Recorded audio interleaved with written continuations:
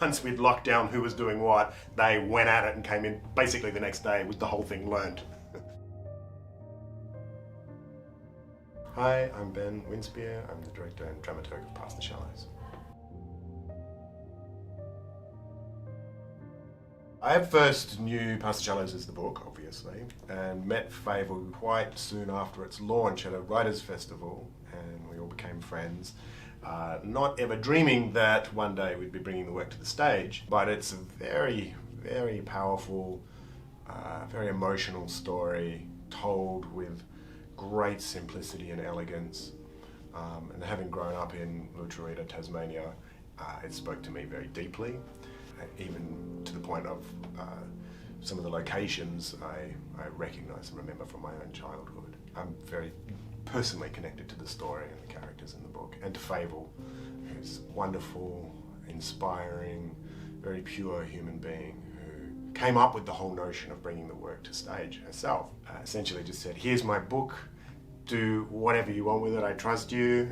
And I kind of took that great responsibility, never having been through an adaptation process before, and just began work on that to see where the book might lead us rather than where we might take the book.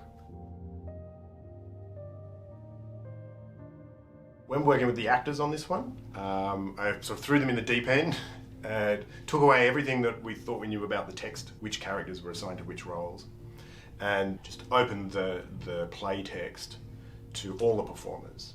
And then together we built who would be what in which scenes, and sometimes even switching characters inside scenes, just based around how those performers felt their actor was approaching that scene or that moment or that character, so that collectively they build all of the characters and collectively they build all of the scenes. We wanted to, knowing that this was going in front of a young audience as well, we wanted to really inspire young theatre makers who are coming along to think to themselves, oh, like, this is something that I can do with my imagination, with my body and my voice and a story. I don't need a huge amount of resources around me to do this. We as performers are capable of creating all kinds of nuance and moments, and even contradicting each other's versions of stuff on stage to create space for the audience to enter the story as well. So the performance style of this work is really unique to this production and to these performers, because all three of them put so much of their own choices and their own imagination and inspiration into the making of the work.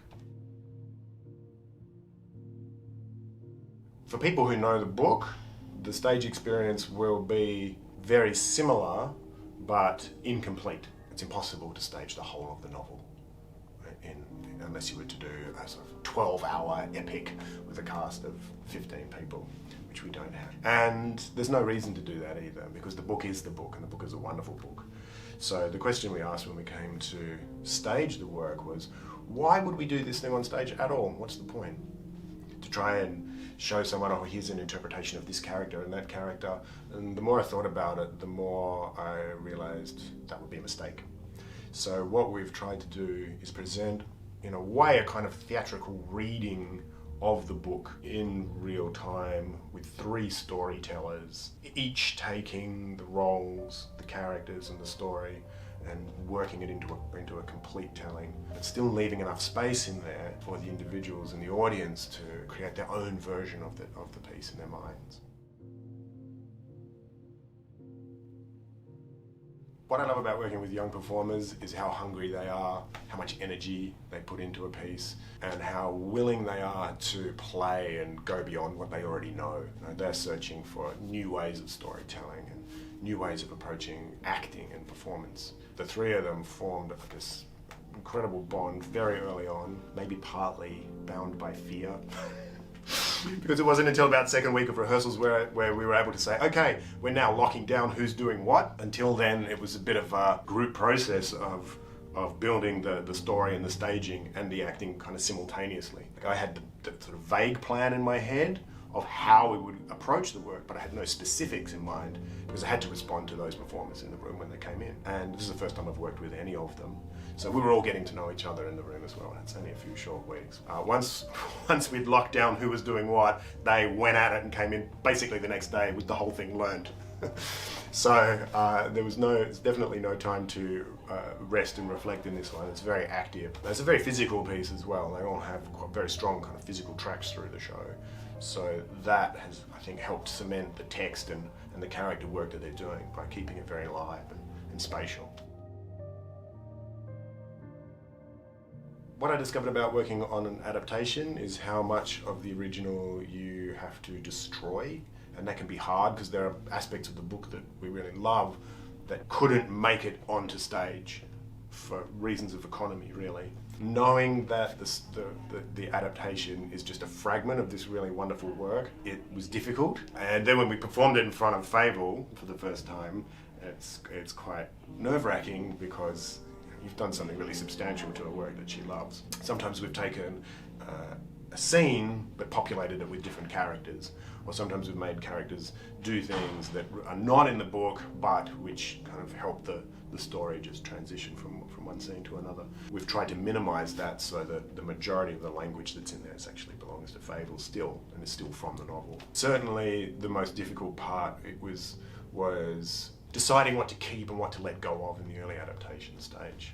Once we got into the rehearsal room, I thought about that less and less because the play just became the play and we had the performers there and they just owned it. So between all of us in the room, we sort of accepted the play as the master text then. We went back to the book only a few times when what we'd done with the text wasn't quite working in the way that we had imagined. So we'd very occasionally go back to the novel just to pick out a few little moments and bring them back in to help us, which was lovely. But yeah, we just kind of focused on the play text as fixed, so that we weren't trying to complete the writing as well as stage the production in the one period. I really hope this production inspires young performers and theatre makers to gain exuberant confidence in what you can do when you have an idea and a group of people that come together, and to see that imagination can be limitless, storytelling can happen in all different kinds of ways, and that it doesn't matter who you are, you can bring your perspective to all kinds of different characters and scenes and stories, and that unique group of people that comes together in each production is a powerful force. Past the Shallows is playing at the Rebel Theatre from the 12th of October to the 9th of November. Book your tickets at atyp.com.au.